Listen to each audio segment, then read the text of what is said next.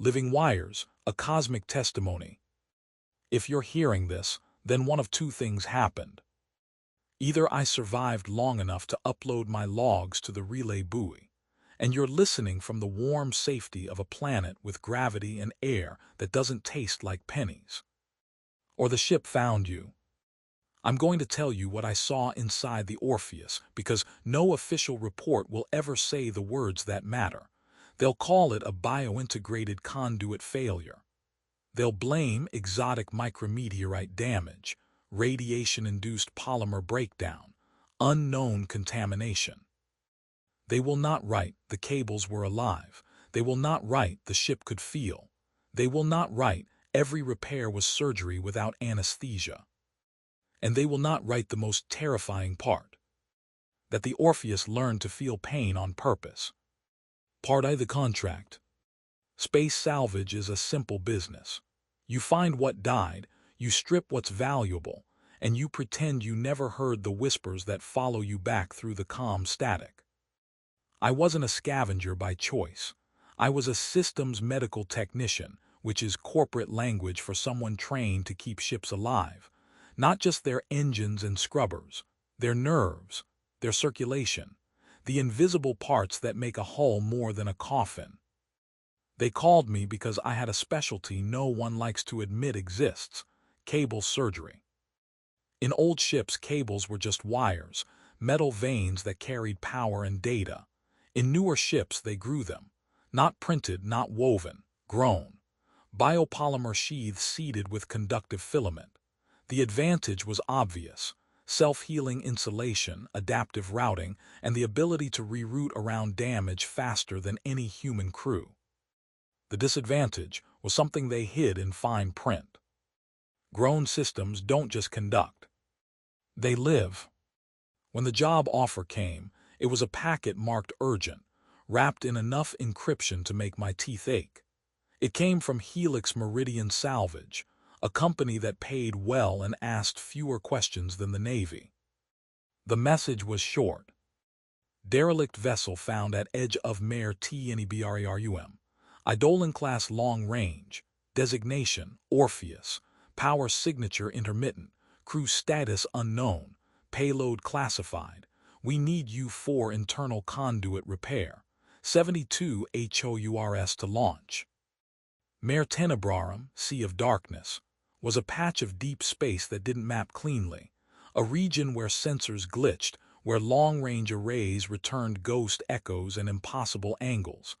Pilots didn't like talking about it. Ships didn't like going there.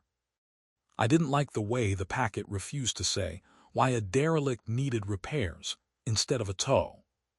But the pay figure made my bank app stutter. So I boarded the salvage cutter Halcyon with a crew of 5.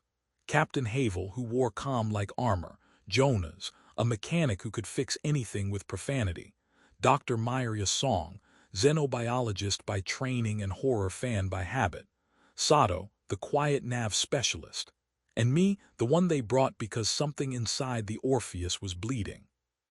We launched into black, and the stars slid into lines. On day 9, the Halcyon sensors started making mistakes. A bright star appeared where our charts insisted there was only vacuum. A radio beacon chirped in an extinct language. Our hull temperature rose 2 degrees without any change in local radiation. Captain Havel didn't mention it. He didn't have to. In space, silence is a language. On day 11, Mare Tenebrarum showed itself like a bruise on the sky, a region where starlight dimmed, where the cosmic background looked wrong, not darker, not emptier. Tired. The Orpheus floated at the bruise's center, a city-sized ship with a skin of matte plates and a spine like an ancient creature's back. Its drive was cold. Its lights were dead. But every few minutes, a faint pulse rippled through its hull, a glow beneath the plates like blood moving under skin. Dr. Song whispered, "That's not power cycling." Jonas answered, "Everything's power, even ghosts." I said nothing. I was watching the pulse. It wasn't a flicker. It was a heartbeat. Part II entry wound. Docking with a dead ship is like stepping into a stranger's mouth while it sleeps. You know it could close. Our clamps bit the Orpheus's docking ring. The Halcyon shuddered. For an instant, the entire salvage cutter's electrical system hummed a note too low to hear, but my bones felt it, like a cello string plucked inside my ribs. Sato frowned at her console. "It pinged us," she said. "Pinged?" Captain Havel asked. Handshake, like it acknowledged the docking. "Auto systems," Jonas said. "Auto systems are off," Sato replied. "No power, remember." We cycled the airlock. The moment the inner door opened, a smell hit us through our suit filters. Copper, antiseptic, and something faintly organic, like warm rain on soil. The corridor beyond was dark. Emergency strips along the floor should have glowed. They didn't. Our lamps painted the metal in hard white, and the Orpheus answered with silence so complete it felt attentive. We moved in a line, boots magnet clamping to the deck. The walls were thick with conduits, bundles of cables running like tendons. I'd seen grown systems before, but this was different. The sheaths were not smooth polymer. They had a subtle texture, like skin with goose flesh. Jonas tapped one with a knuckle. "Creepy," he muttered. The cable twitched. It was small. If you weren't watching, you'd miss it. But I was watching because that was my job. "Did you see?" I began. Dr. Song leaned closer, lamp following her gaze. "Micro-contraction," she said softly, "like muscle fiber." Jonas laughed once, a short bark that died in his helmet. "It's a cable, Doc." "It's a cable that just reacted," she replied. Captain Havel moved past us. "We're here to secure the payload," he said, voice firm. "Stay focused." We followed the corridor to the central spine, past sealed doors labeled crew quarters, hydroponics, medical. Each door had scratch marks near the handle, as if something had tried to pull it open from the inside. At the first junction, we found our answer to the missing crew. A suit floated half out of a maintenance hatch, frozen in a pose of reaching. Its visor was cracked, and inside there wasn't a face. There was wiring. Thin strands of pale material threaded through the helmet like roots, filling the space where lungs and tongue and eyes should be. The suit's chest plate bulged as if something inside it had grown. Dr. Song inhaled sharply, and her suit mic caught it. Jonas said "Nope" and backed away. Captain Havel held up a hand. "Record everything," he said. "No touching." But my eyes were locked on the hatch. The maintenance panel's edges were slick, not with oil, with something clear and viscous that caught our lamp light and shimmered like mucus. I crouched, gloved fingers hovering. In my head, training ran like a checklist. Identify conduit breach, isolate current, assess biological response. My fingers touched the panel. Under the glove I felt it, warmth. Metal doesn't stay warm in dead space unless something is generating heat. "Halcyon, this is Vance," I said into the comm. "The Orpheus is not fully cold. There's metabolic heat in the conduit network." Static answered. Then the Halcyon's comm officer, distant and tinny, "Say again." Before I could repeat, the ship around us sighed. Not air, not sound. A shift in pressure against our suits, as if the corridor itself drew a slow breath. The cables along the wall rippled. Dr. Song's voice was barely a whisper. "It's awake. Part I the veins." We made our way to engineering, because whatever had happened, it started in the heart. The Orpheus's engine bay was cavernous, a cathedral of metal ribs and scaffolding. The main drive chamber sat in the center like an altar, surrounded by maintenance platforms. Every panel was closed. Every indicator was dark. Except for one thing. A cluster of cables ran from the drive core to the side wall, thick as my wrist, bundled in a sheath that looked like translucent flesh. Inside it, darker strands pulsed, pushing fluid. Jonah stared. "That's coolant." Dr. Song knelt beside the bundle. Her lamp revealed tiny branching veins in the sheath, capillaries filled with a reddish-brown liquid. "Not coolant," she said. "Hemolymph like in arthropods." I swallowed. "It's a vascular conduit," I murmured. Captain Havel's tone sharpened. "Explain." "In biointegrated ships, the conduits aren't just insulated wires. They're grown channels that can carry nutrients to self-repair cells. Usually it's minimal, like a thin layer of living polymer around a conductor." Jonas pointed at the thick bundle. "That's not minimal." "No," I agreed. "That's a circulatory system." Dr. Song pressed a sensor pad to the sheath. The display on her wrist lit up.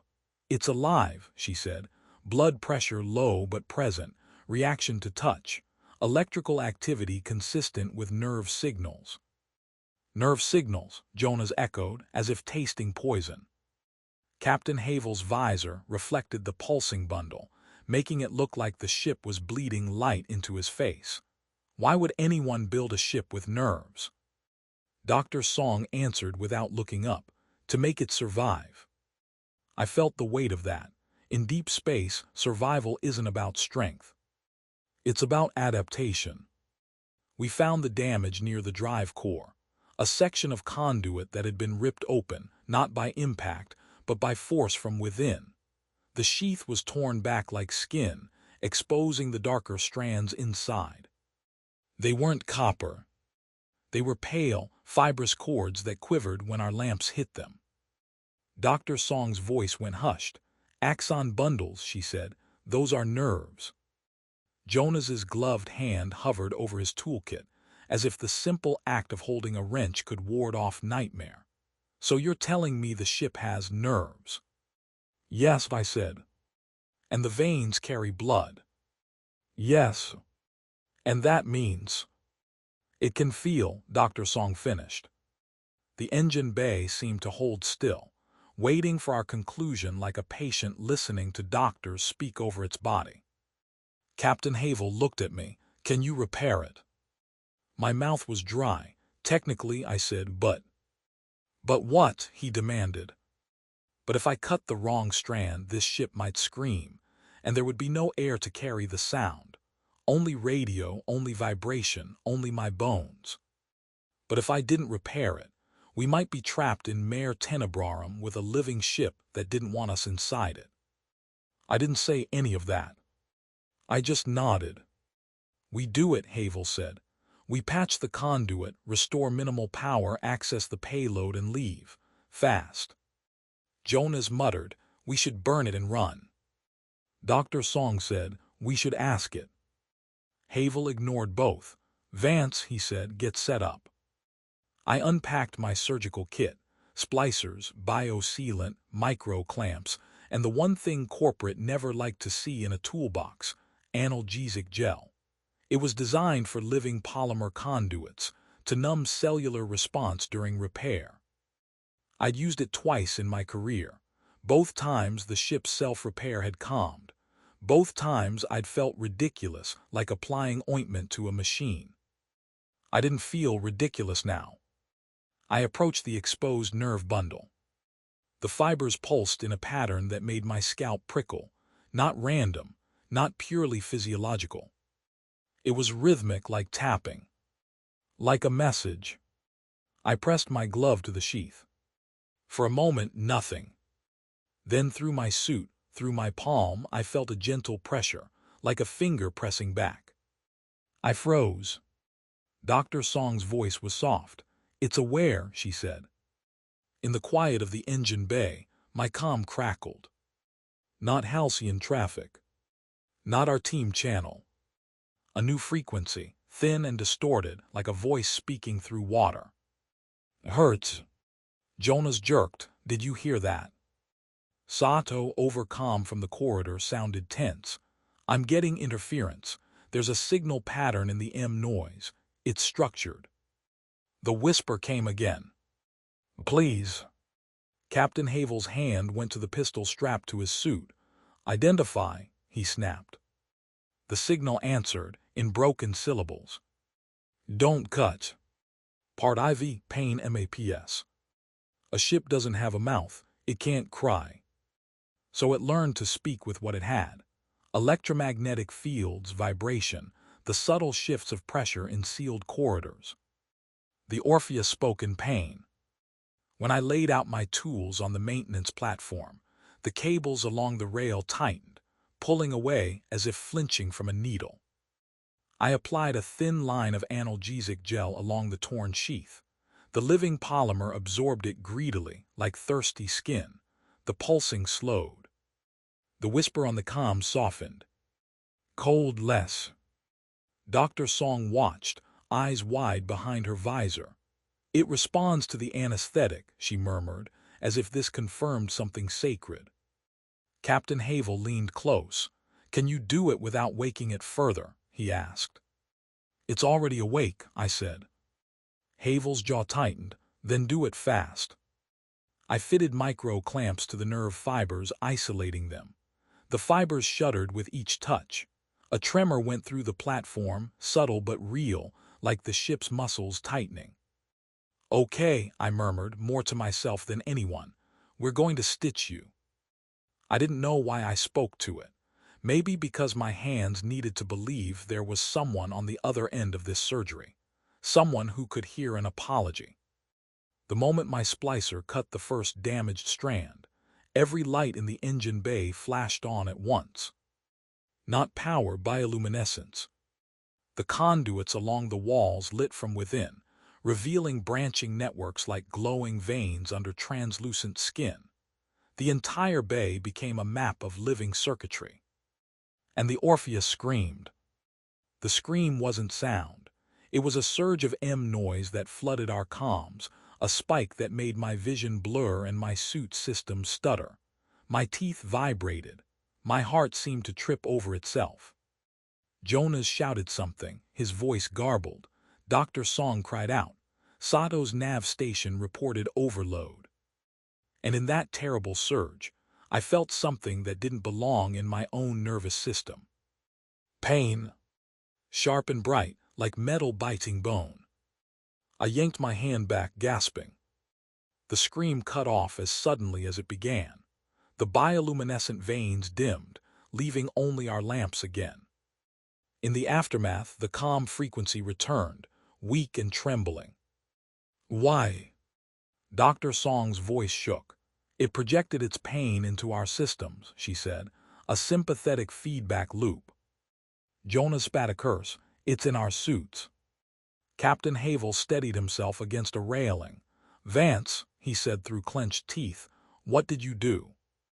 I cut a nerve, I said hoarsely, a nerve that feels. The realization settled over us like frost. To repair the Orpheus, we'd have to hurt it. And now it knew we could feel it too. Dr. Song stepped closer to the conduit bundle and spoke aloud, as if volume mattered in vacuum. We're not here to harm you, she said. We're here to help. The comm whispered back, faint as breath. Help is hurting. I swallowed hard. My hands trembled inside my gloves. In the silence, the ship's pulse returned, slow, cautious. Captain Havel's voice turned colder. We can't negotiate with a ship, he said. We finish the repair, get the payload, and go. Dr. Song snapped. It's not a ship, it's an organism.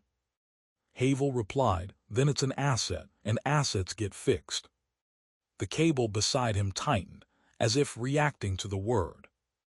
I looked at the torn sheath, the exposed nerves, the gel soaking in. I had a sudden, absurd thought. What if the Orpheus wasn't screaming because we cut it? What if it was screaming because, for the first time in a long time, someone finally touched its wounds? Part V, the ship's memory. We needed answers, and the Orpheus had a brain, or something like one. The bridge was sealed behind an iris door that wouldn't open to Havel's codes. Jonas tried bypassing the lock.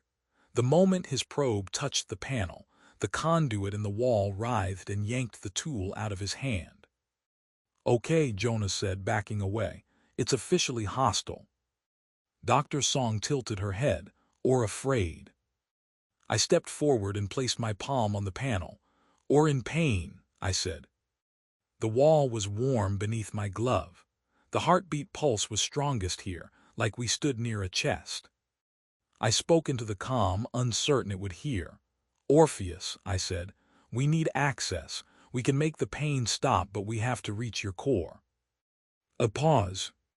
Then slowly, the iris door unfurled like a pupil opening. The bridge beyond was dim, lit by a sickly blue glow from consoles that looked more like organs than machines. The captain's chair was wrapped in what appeared at first glance to be straps.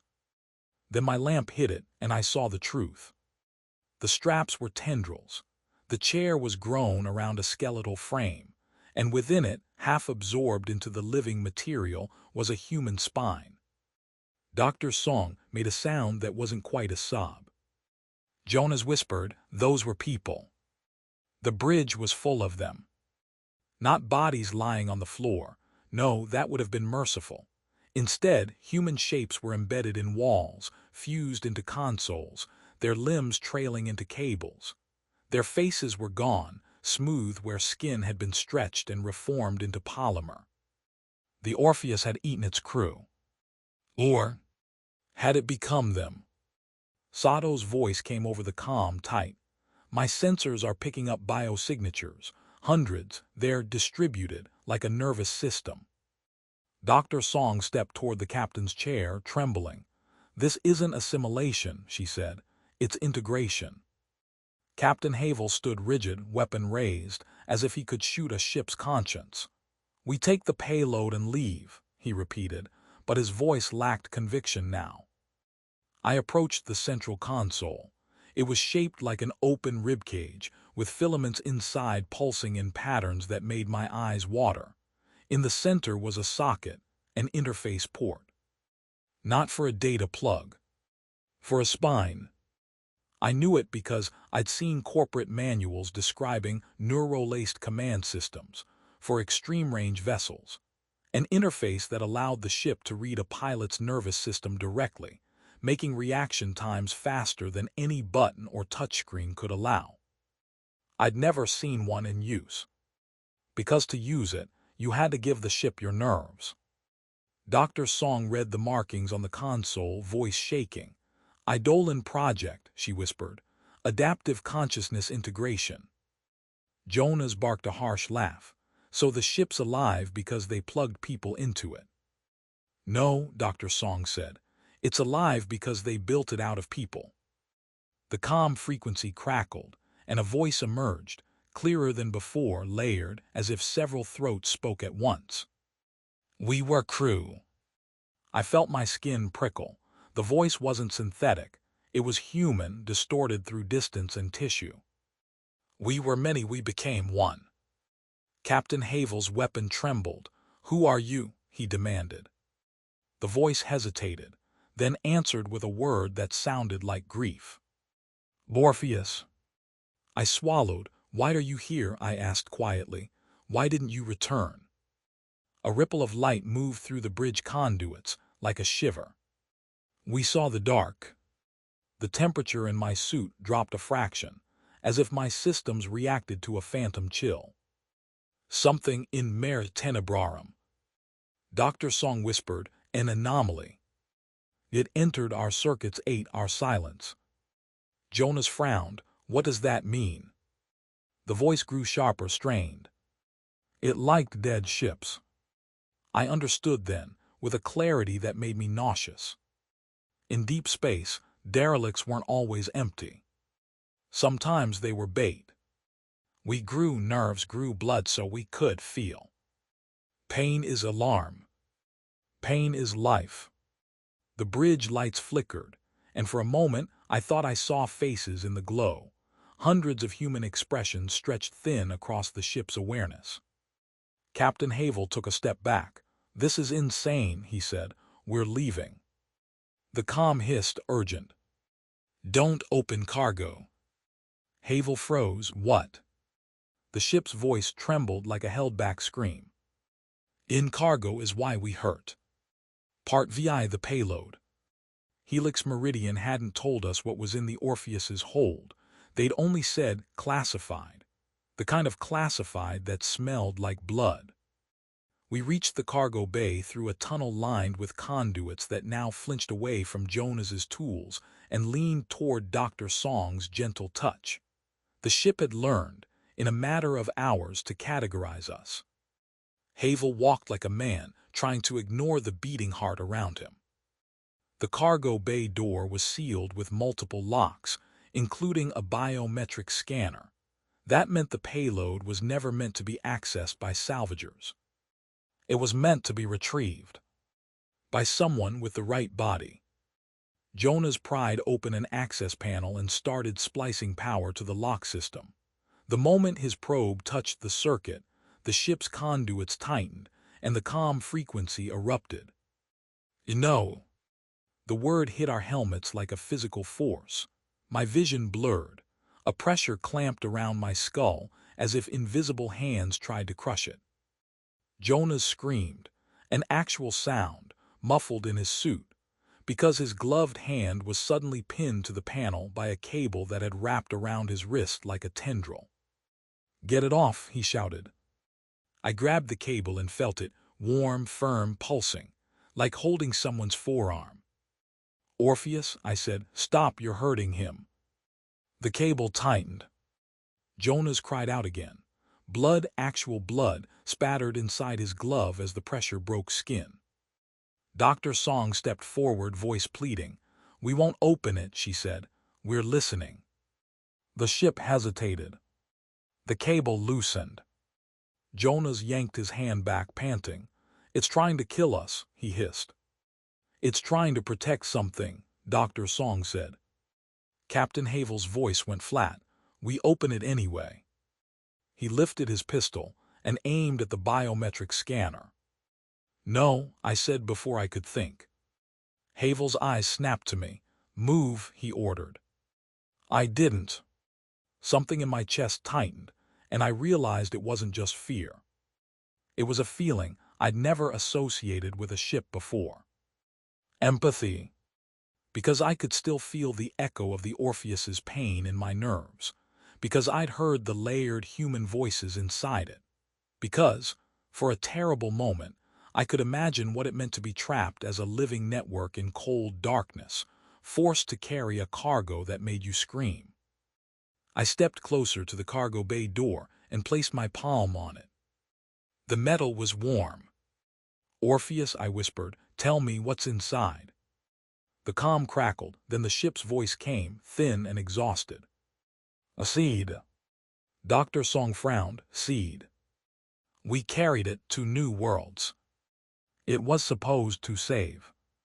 Vid 8. The lights in the corridor dimmed, as if the ship's energy drained with each word. "It is hunger wearing a promise." Jonas shook his head violently. "That's nonsense," he said. "Cargo is cargo, it can't be."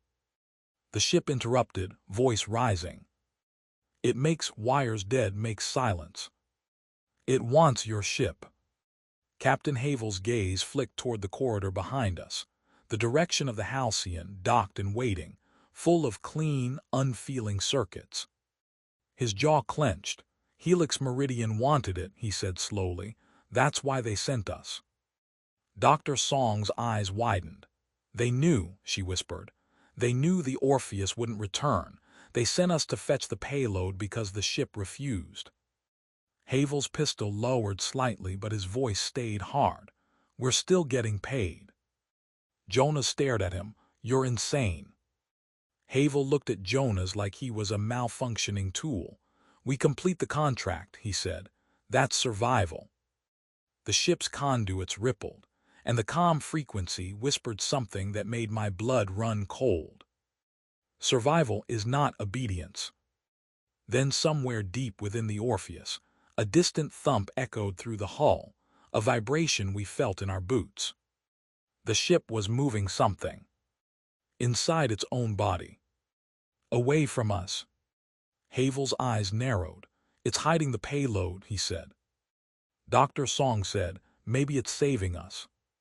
Part VII, the surgical room. A storm doesn't have to be loud to be deadly. In space, storms are invisible, Radiation spikes, gravitational shears, fields that twist your instruments until up becomes a joke. Mare Tenebrarum was a storm in slow motion. While we argued, Sato's voice came over the comm, urgent. "Captain," she said, "Halcyon systems are degrading. M interference is increasing. Docking clamps are vibrating out of phase. We need to leave soon or we won't be able to detach." Havel swore, "We don't leave empty-handed." The Orpheus's voice, faint but firm. "You can't leave." I felt my stomach drop. "What do you mean?" "Your clamps are in us. We can't let you take hunger home." Jonas snarled, "So it's holding us hostage." Dr. Song shook her head. "It's stopping the spread." Havel turned on me. "Fix the conduits," he demanded. "Restore power. I want that cargo bay open." The thought of cutting more nerves made my hands ache. But Sato was right. The interference was growing. The Halcyon wouldn't survive long. We needed the Orpheus's drive, or at least its shielding, to get out of Mare Tenebrarum. And the Orpheus was bleeding. I led them back to the engine bay, to the torn conduit bundle. I applied more analgesic gel, more clamps. I worked with trembling precision, like a surgeon operating while the patient was awake and staring. As I repaired, the ship's voice grew clearer, not just in calm static but in the rhythm of the pulses beneath my fingers. I began to recognize patterns. When it was afraid, the pulse sped up. When Dr. Song spoke softly, it slowed. When Havel raised his weapon, the pulse spiked. It was reading us. And the worst part, sometimes it felt like it was reading me back. I'd touch a bundle and an image would flash in my mind. Not a hallucination, not a dream, but a memory that wasn't mine. A corridor flooded with red emergency light. A child's hand pressed against a transparent wall, fingers leaving smears of condensation. A captain's voice shouting orders while something scratched on the hull from the outside. Each memory came with emotion so sharp it stole my breath. Fear, desperation, grief. Dr. Song noticed me pause. "You're getting feedback," she said softly. I nodded, throat tight. "It's sharing."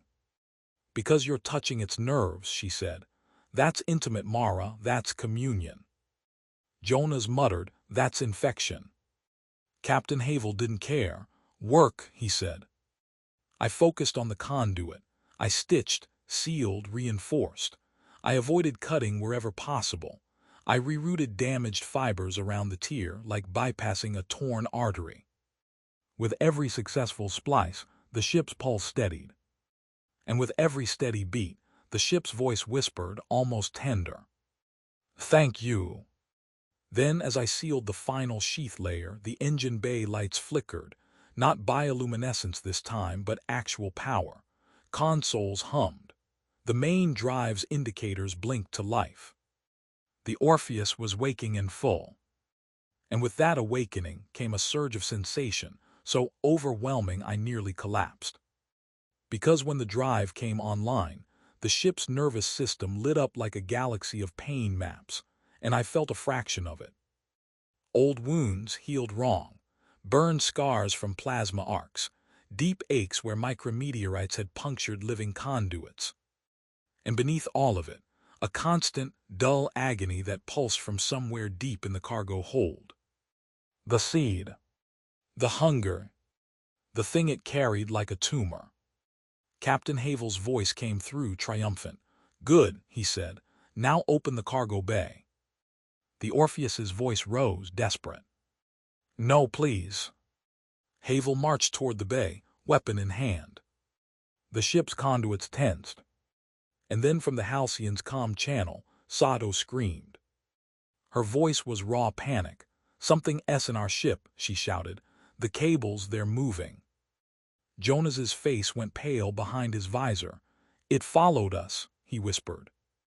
Dr. Song's eyes widened. "The hunger," she said.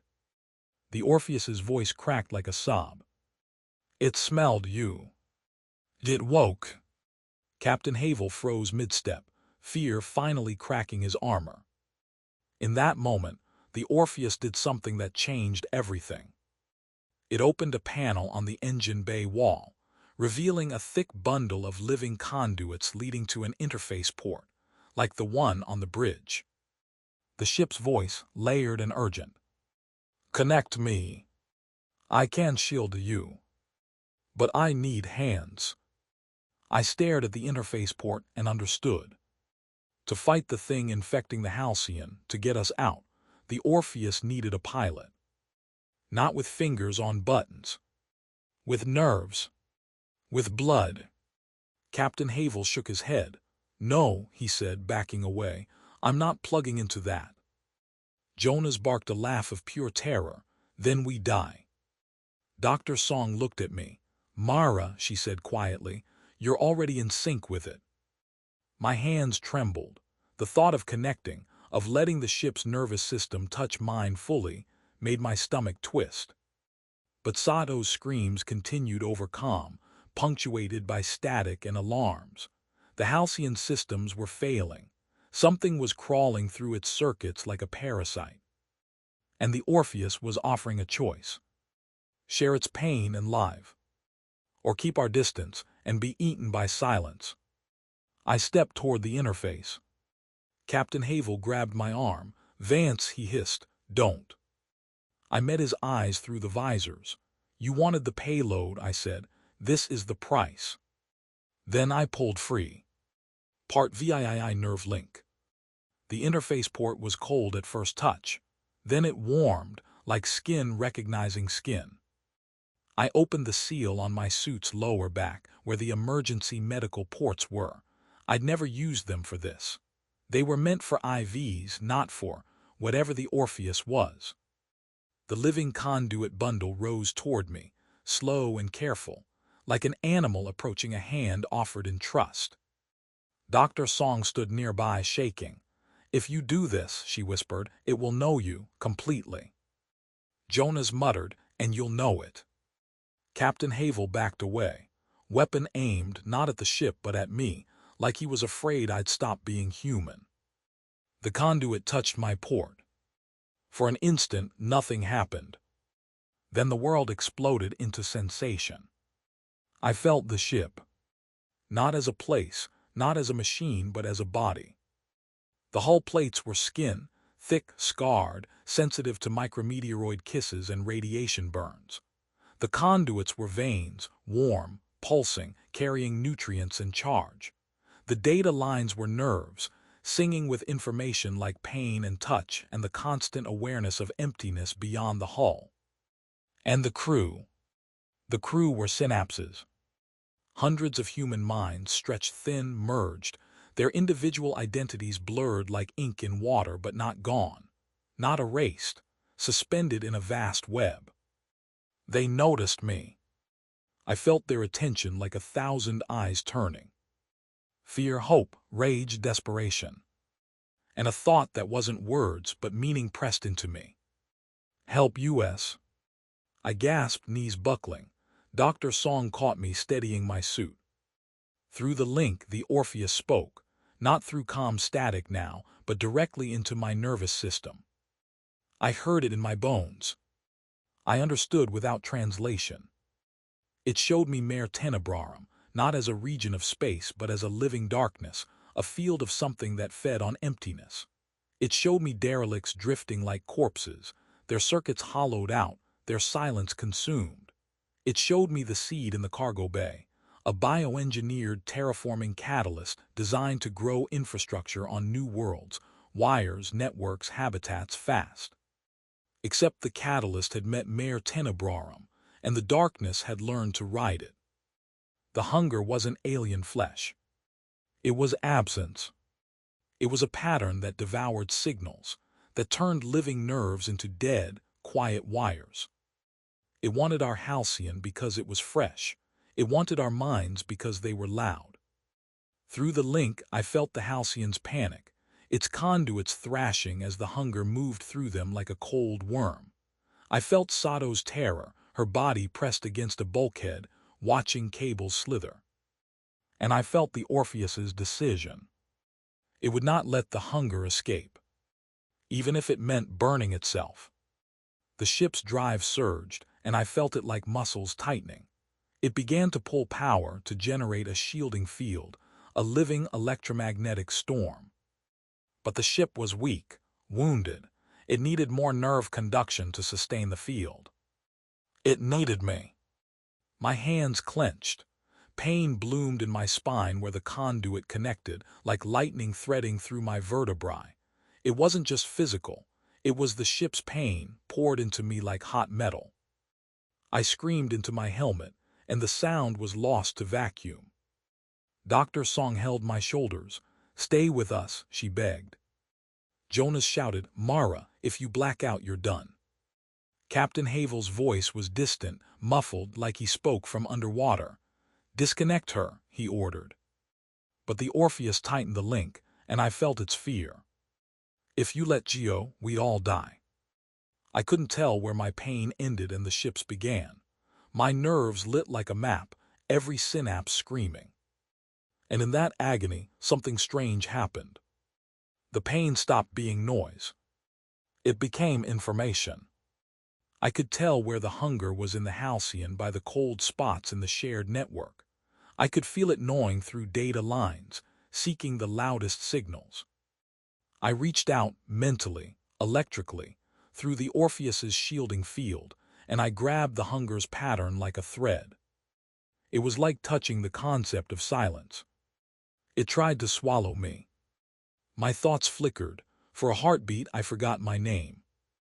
Then I felt 1,000 human minds inside the Orpheus surge with me, lending strength like hands pushing against a door. Together we pushed back. The Orpheus pulsed its shield, a wave of living energy, tuned not to block but to burn. The hunger recoiled, shrieking in the only way it could, by making everything quiet.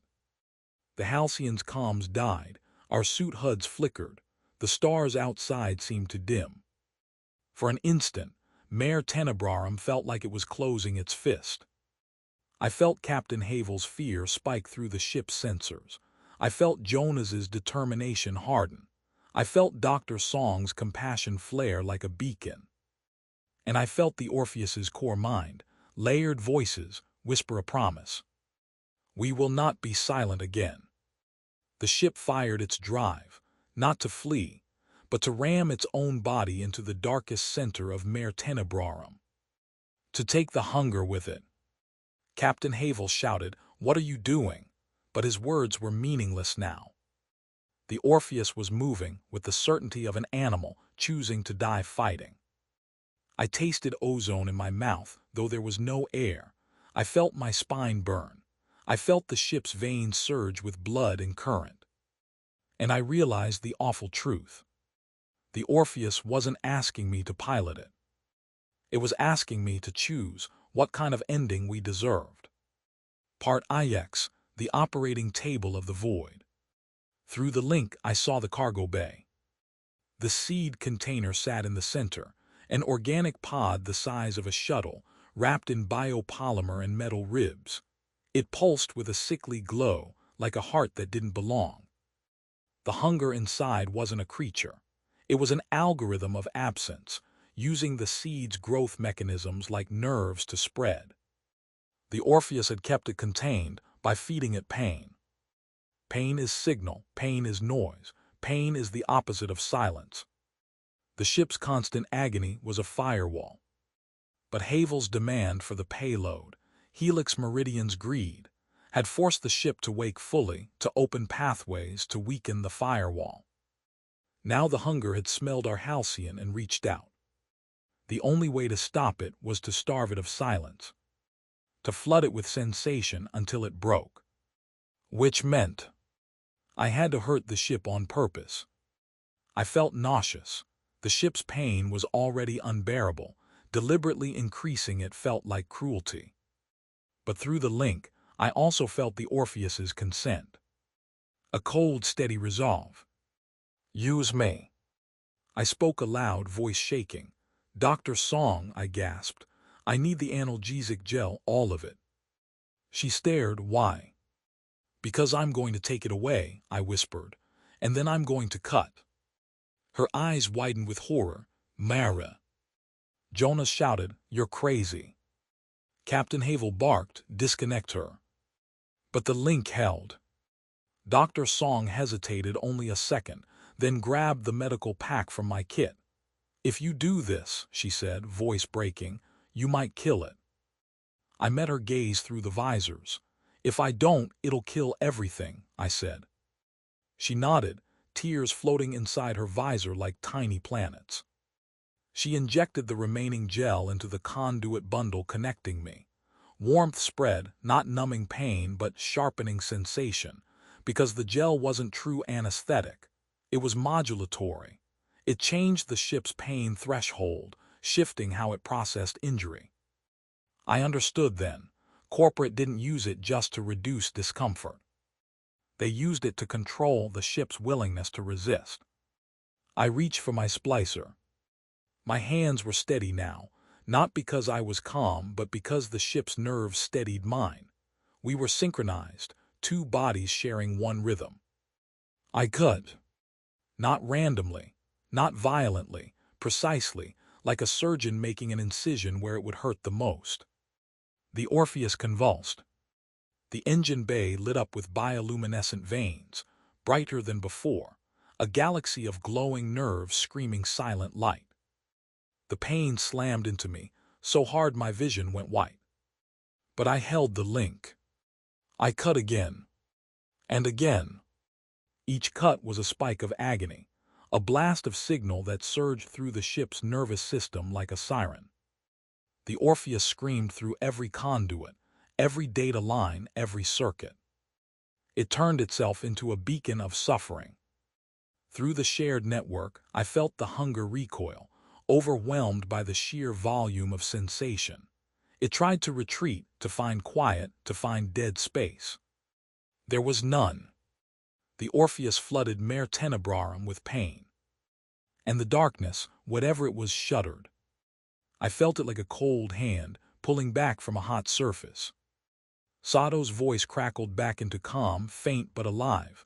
It's leaving," she gasped. "The cables, they're going still." Jonas laughed, half hysterical. "It worked."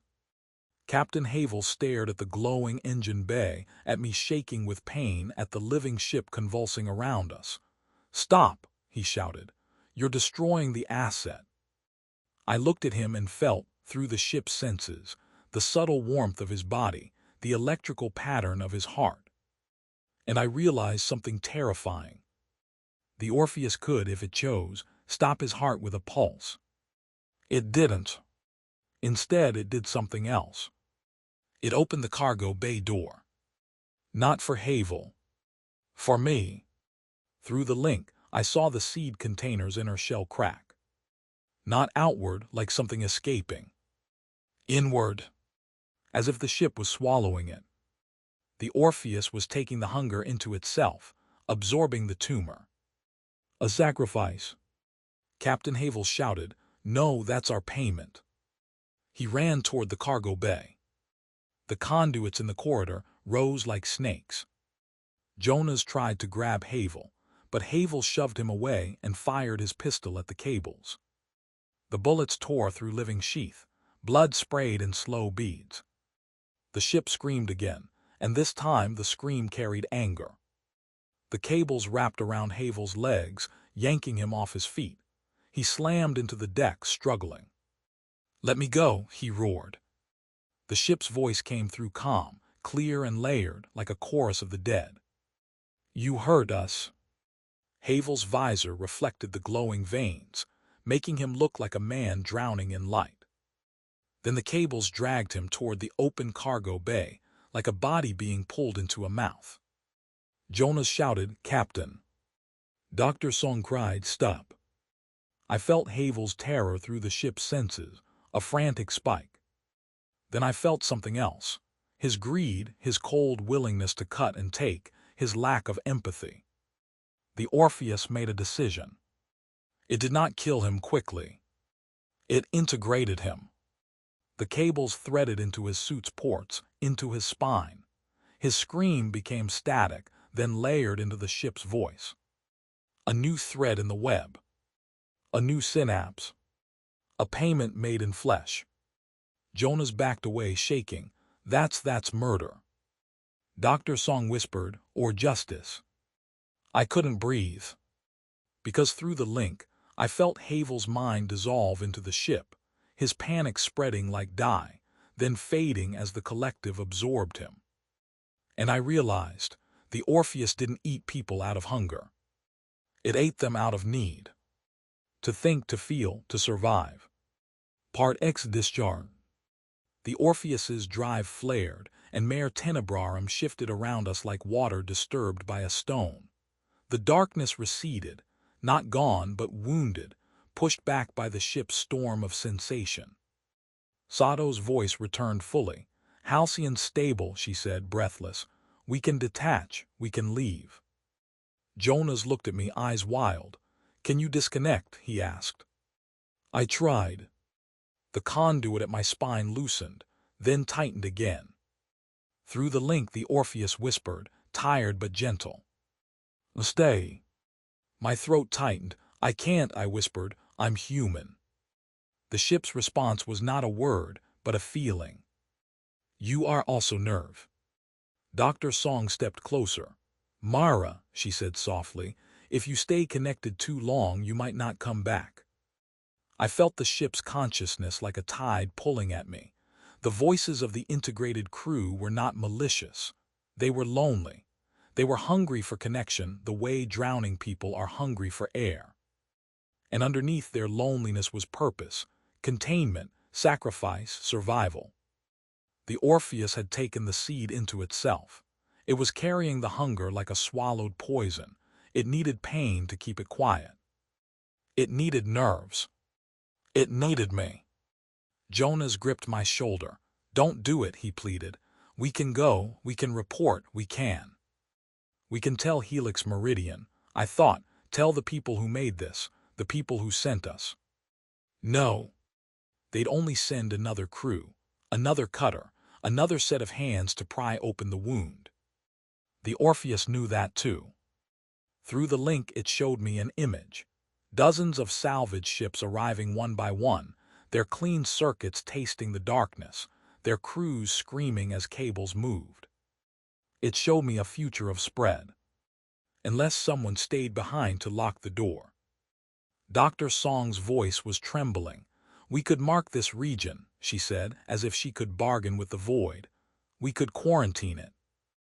Jonas barked a bitter laugh. Quarantine deep space. Sure, we'll put up a sign that says, please don't unleash cosmic silence. I looked at them and my chest hurt, not from the ship's pain, but from the sharp human ache of goodbye. I'm going to release you, I said, voice steady.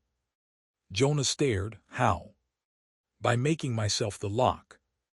Dr. Song's eyes filled with tears. Mara. I reached out through the link and spoke to the Orpheus with everything I had left. Take me, I thought, but let them go. Let the Halcyon leave. Let the hunger stay contained. The ship's response was a rush of warmth and sorrow. Accepted. The conduits around the docking clamps loosened. Somewhere in the spine of the ship, mechanisms shifted. Sato's voice came over calm, frantic. Docking clamps are releasing. We're detaching. Jonas grabbed my arm. Come with us, he shouted. I shook my head, tears burning my eyes in zero gravity. Tell them, I said. Tell everyone what this is. Dr. Song's voice broke. They won't believe us. Then tell it like a story, I said, forcing a shaky laugh. People believe stories. Jonas swore, voice cracking. I hate you for being brave. I'm not brave, I whispered. I'm scared. I'm just choosing who gets hurt. The Halcyon's hull groaned as it pulled away. Through the Orpheus's senses, I felt the separation like skin peeling from a bandage. Jonas's face receded in the airlock window, his eyes wide, his hand pressed to the glass. Dr. Song mouthed something I couldn't hear. I imagined it was a promise. Then the airlock sealed. I was alone inside the living ship. Not alone, really. 1,000 minds pulsed around me. The Orpheus turned deeper into Mare Tenebrarum, carrying the hunger, carrying pain like a torch. And it cradled me in its veins. Part excited the buoy that sang back. For a long time after the Halcyon detached, the Orpheus did not speak in words. It communicated in pressure changes, in subtle reroutes of current, in the way it wrapped living conduits around me like blankets. I learned its moods by the taste of static in the airless calm channel, sharp when it was afraid, low when it was tired, almost sweet when it was comforted. Yes, a ship can comfort you. It can also show you its nightmares. One cycle, again, I don't know if it was a day or a week, the hunger inside the swallowed seed shifted hard enough that the Orpheus convulsed. A tremor ran through the whole hull. The bioluminescent veins lit up, and pain surged so violently through the link that I lost the sense of me for several heartbeats. In that whiteout I saw the sea of darkness as the Orpheus saw it. Not empty, not void, but a slow, patient intelligence made of missing information. A predator that didn't have teeth, because it didn't need them. It ate by making everything the same quiet. It drifted at the edges of the ship's sensor range like a shadow that swallowed its own outline. When it touched derelicts, their circuits didn't just fail. They forgot how to be circuits. The Orpheus's memory showed me ships spinning with their lights still on, their crews still alive, but their voices gone from the universe. No screams, no warnings, just a perfect, terrifying mute. That was what the hunger wanted, not death. Silence. The Orpheus fought it the only way it could, by staying loud, by keeping pain flowing like current, never letting its nervous system go still. A dead ship is easy to eat. A living ship that hurts is hard to digest.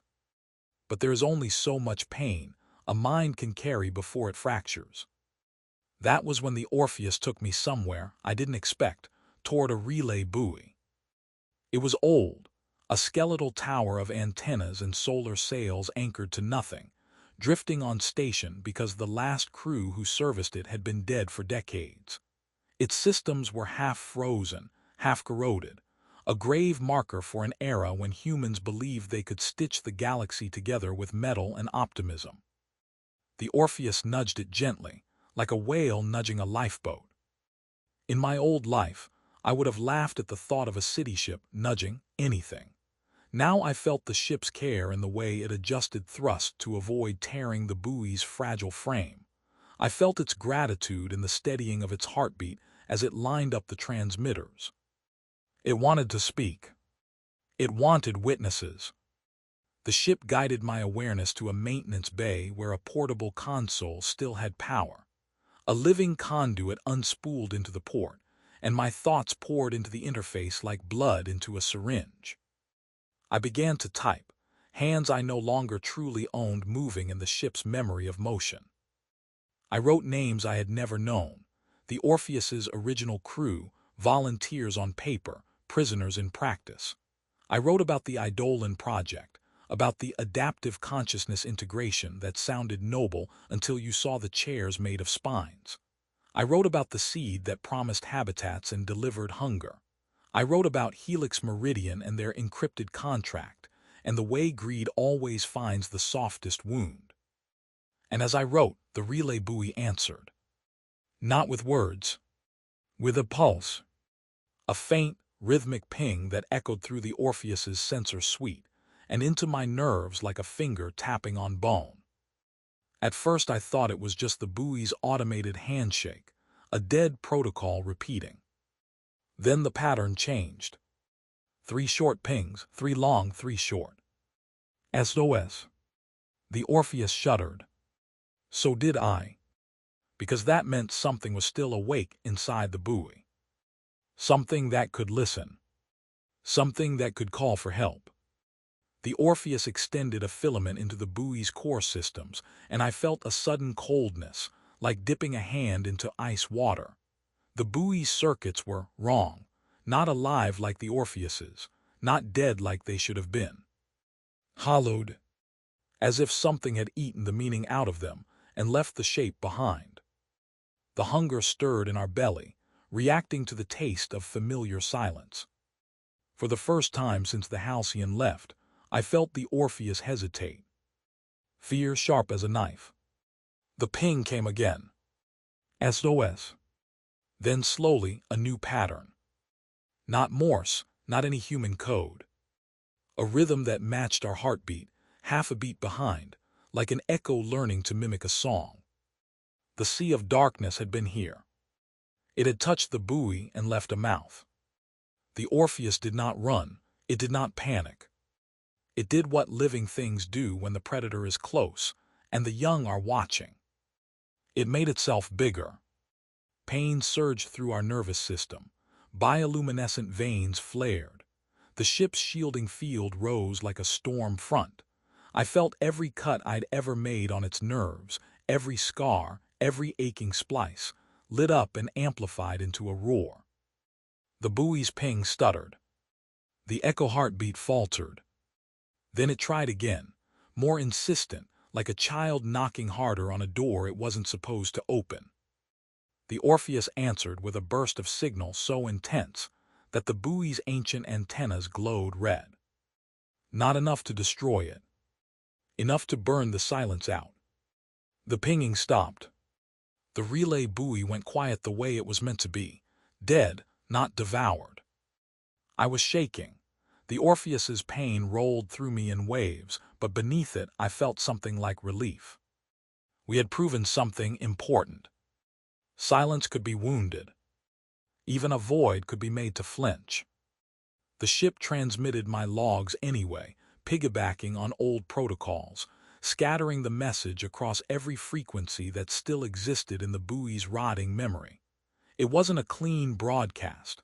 It was a desperate spray of signal, like blood in water. But in the sea of darkness, any signal is a flare. If you're hearing this, then at least one flare reached someone. And if someone heard it, then the Orpheus's suffering wasn't pointless. The ship pulled away from the buoy, turning back toward the deepest bruise of Mare Tenebrarum, where the hunger would have the hardest time finding quiet. As it moved, the Orpheus pressed a single thought into me, simple, human, and unbearably sad. Thank you for letting us be loud. Epilogue. Listen to the hum. Time passes differently inside a nervous system. Days blur, or maybe it's minutes. The ship's heartbeat becomes my clock. Its pain becomes weather, sometimes a drizzle, sometimes a storm that makes me curl in my own mind. I don't have a body the way I used to. I can still feel my hands sometimes, phantom sensations where my suit hangs in a maintenance alcove like shed skin. But I feel other things now. I feel micrometeorites strike the hull like raindrops. I feel radiation flare like sunlight on nerves. I feel the hunger inside the swallowed seed shift, testing boundaries, seeking silence. When it moves, we hurt ourselves on purpose, spikes of sensation like electric fences. Pain keeps it asleep. Pain keeps the universe loud. Sometimes in the quiet between storms, I hear voices from the integrated crew, memories, songs, fragments of jokes. They are not gone. They are threads in a tapestry. Captain Havel is a sharp, cold thread now, still angry, still greedy, but muted by the collective's weight. He no longer controls anything. He is simply present. Dr. Song and Jonas and Sato are gone, carried away by the Halcyon. I pray they reached safety. I pray they told the story before Helix Meridian found them. I don't know if anyone listened. I don't know if you, hearing this, will believe it. But if you ever step into a ship that seems too quiet, if you ever hear a hum that feels like breathing, be gentle, because maybe it's alive. And maybe it's hurting itself to keep something worse from crawling into your world. One last thing. If you stayed with me to the end of this testimony, if you felt the Orpheus's heartbeat in your own ribs for even a moment, then you understand why stories matter. They are signals. They are noise against the dark. So if you want more cosmic horrors, more secrets hidden behind starlight, more journeys into places ships were never meant to reach, subscribe to my channel and leave a like. It tells the algorithm we're still here, still loud, still alive. Because out there in the sea of darkness, something is always listening for silence. The end.